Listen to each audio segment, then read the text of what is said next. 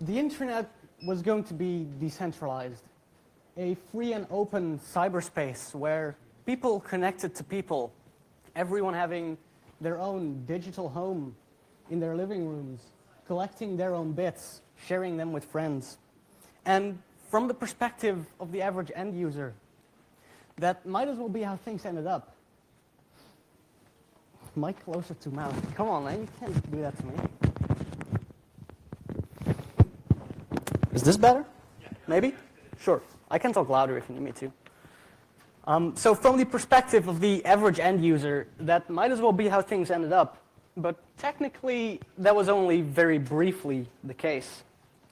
Centralization was just too quick and easy.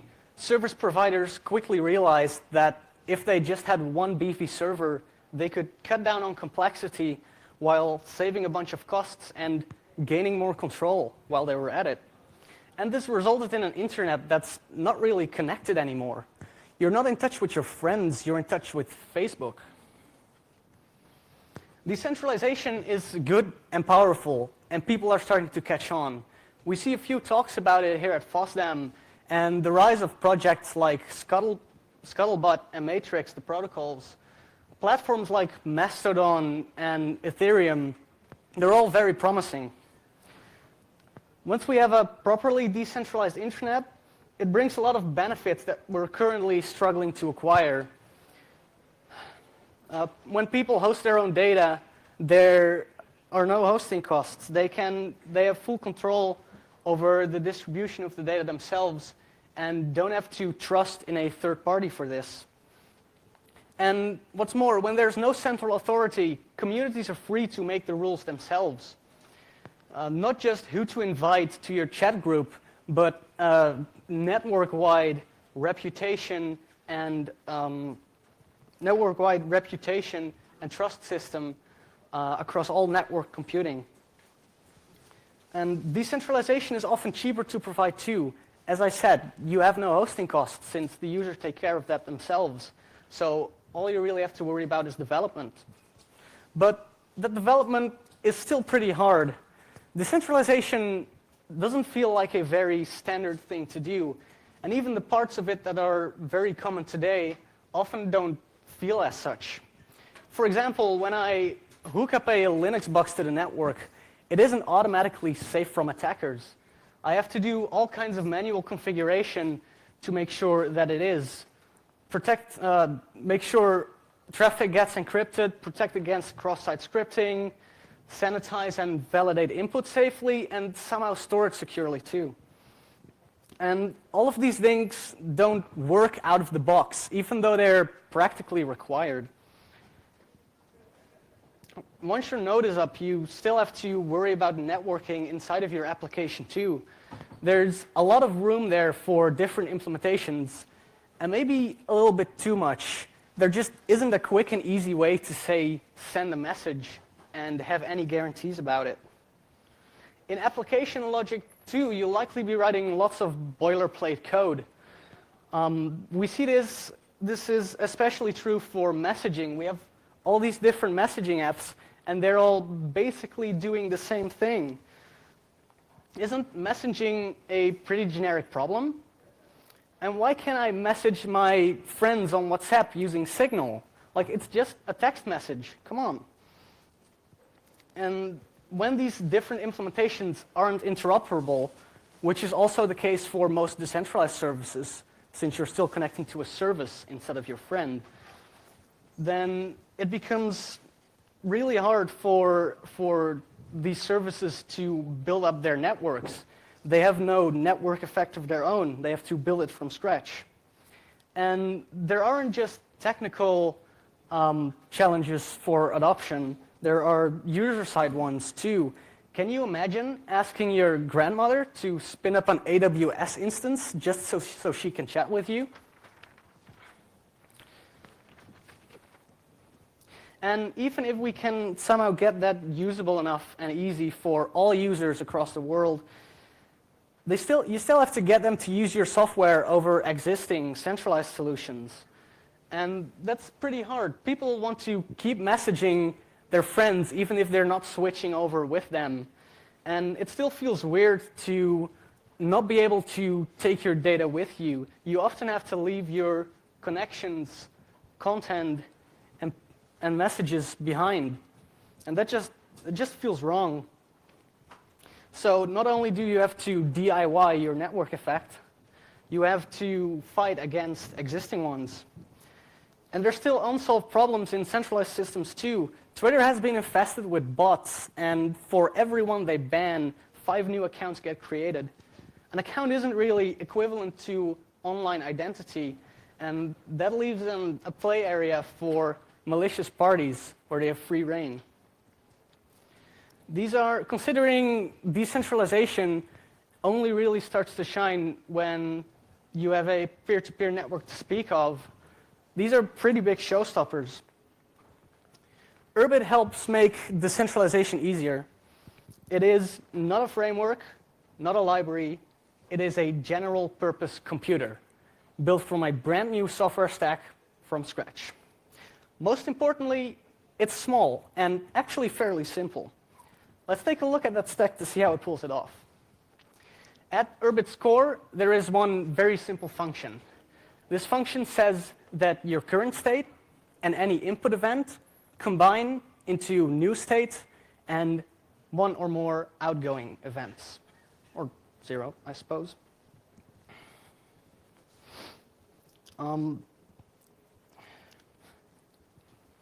This function gets run for you in the Urbit virtual machine.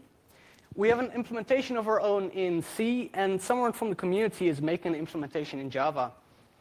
This virtual machine is responsible for hooking Urbit up with all the functionality of the host operating system, and it interprets Nock. Nock is Urbit's functional assembly language. Everything on it compiles down to Nock. Nock is really small. Its spec actually fits on a t-shirt. It only defines 11 operators, half of which are macros. And you can program in it. Some madmen have, but generally you want to be using Hoon instead. Hoon is Urbit's native programming language. It is functional.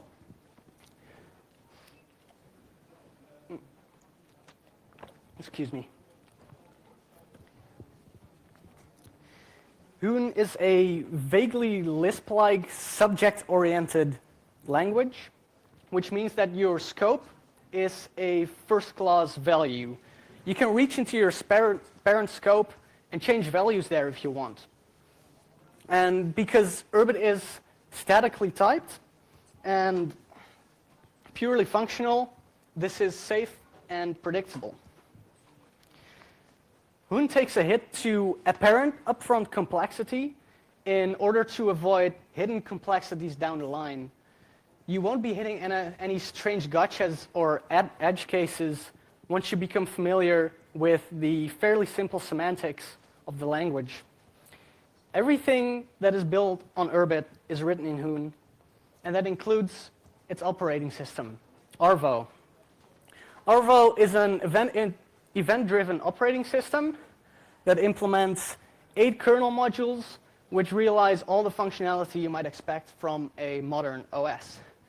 A file system, build system, application sandbox, HTTP server, and of course a networking module. All of this it realizes in just under 30,000 lines of code. The last time Unix was this small, it was the late 70s. Using just that small stack, Urbit can accomplish a pretty impressive amount of things. And it does them in ways that allows developers to take advantage of them without even having to try. Let's see what some of that functionality is. At the core of Urbit's networking, you'll find an identity system. Unlike IP addresses, which are hard to remember, and often temporarily assigned to machines, Urbit addresses are easy to remember and permanently cryptographically owned by people. like IP addresses, they are limited in supply and come in blocks. Owning such a block means owning its supernode. And when you own the supernode of a block, you are responsible for peer discovery and software updates for all of its children. Those children, if they're not satisfied with the server, with the service that node provides, are free to migrate to a different parent node. Likewise, the parent node can deny its children service if they see that the child is behaving maliciously on the network. So you have an incentive to keep your reputation at least neutral, because after all, identities are scarce and so they have value. If you start spamming, that spam had better make you back the value of your identity before it gets on all manner of blacklists. By paving over IP with ID, we can already see a more human-centric approach to networking emerge.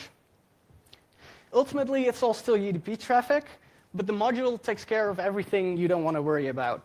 Encryption, making sure the message gets where it needs to and gets delivered exactly once.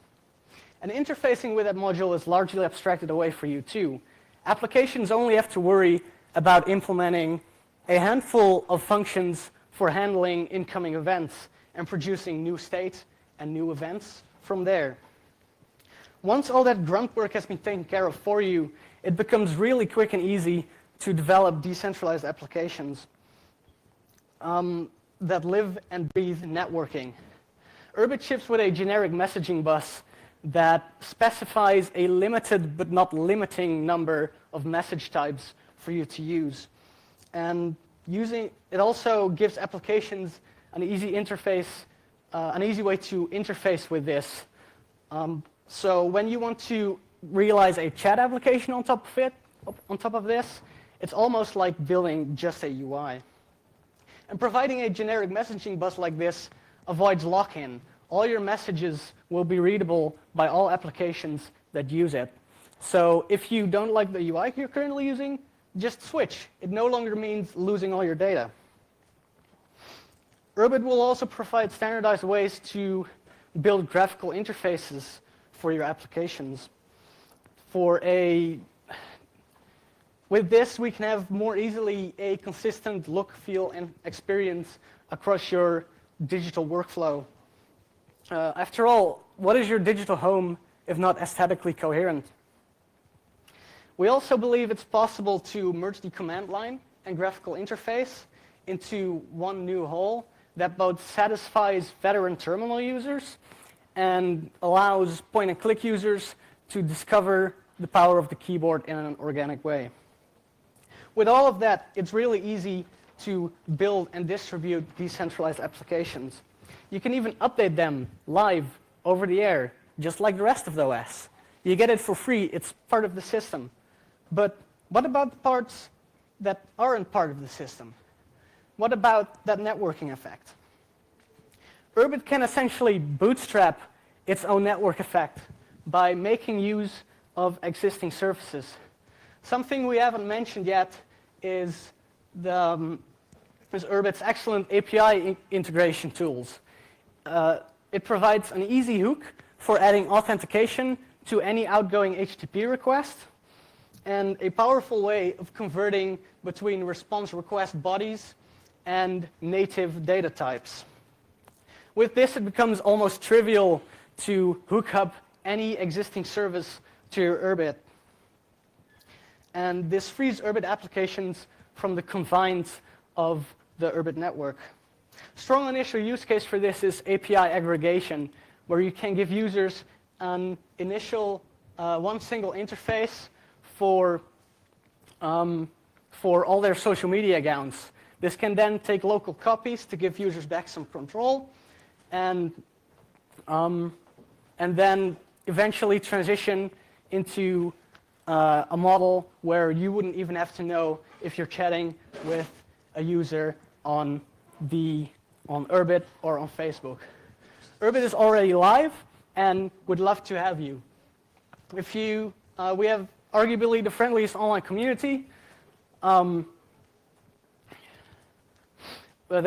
We have great minds who are crazy enough to think they can make the future a better place. And we'd love to hear from you. What do you want to make? Thank you. Thank you very much.